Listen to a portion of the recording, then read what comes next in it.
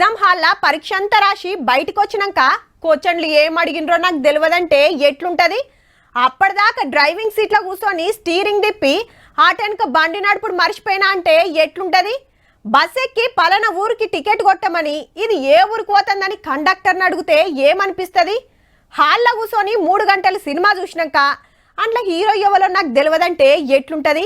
గీ ముచ్చట సుత గట్లనే ఉన్నది. మళ్ళా తెలియదు, యాది లేదు, మర్చిపోయినాం. సినిమా డైలాగ్ గాతుల్లో కాళేశ్వరం ఎంక్వైరీ కమిషన్ ముంగట పాత CS Somesh sir, senior IAS Smita Sabharwal madam పలుకులు 1,00,000 కోట్లు పోసి కట్టిన ప్రాజెక్టు గిట్లెట్లా అని విచారణ నడుస్తున్నది కదా. ఇవాళ మనోళ్ళం పిలిస్తే మాకేం తెలియదని చేతులు దులుపుకుండ్రట. ఎందుకంటే అప్పట్లో సోమేష్ సారు సర్కార్ పెద్ద officer, Smita madam CM office లో ముఖ్యమైన ఆఫీసరు. గాలి మోటార్ వేసుకొని పోయి ఎన్నో మాటల ప్రాజెక్టు చూసిన వాళ్ళు. క్యాబినెట్ లో చర్చ జరిగిందా, అప్పులు తెస్తున్నారని తెలుసునా, డిజైన్ కరెక్ట్ ఉందా, నక్ష ప్రకారమే కట్టిండ్రా అని అడిగితే షానేన్లాయే మర్చిపోయినాము అన్నారట సాప్సీదా.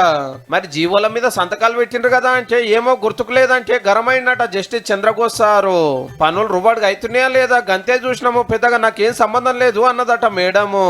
కానీ ముఖ్యమైన ఆఫీసర్లు, డిజైన్లు చూసిన వాళ్ళు, పనులు చూసిన వాళ్ళు, సంతకాలు పెట్టిన వాళ్ళకి ఇట్లాంటి ఇక ముగ్గు పోసి గొప్పగా ఓపెనింగ్ చేసిన వాళ్ళు చెల్ మాకే మేరక మేస్త్రీలు కట్టిండ్రు అని అంటారేమో పో.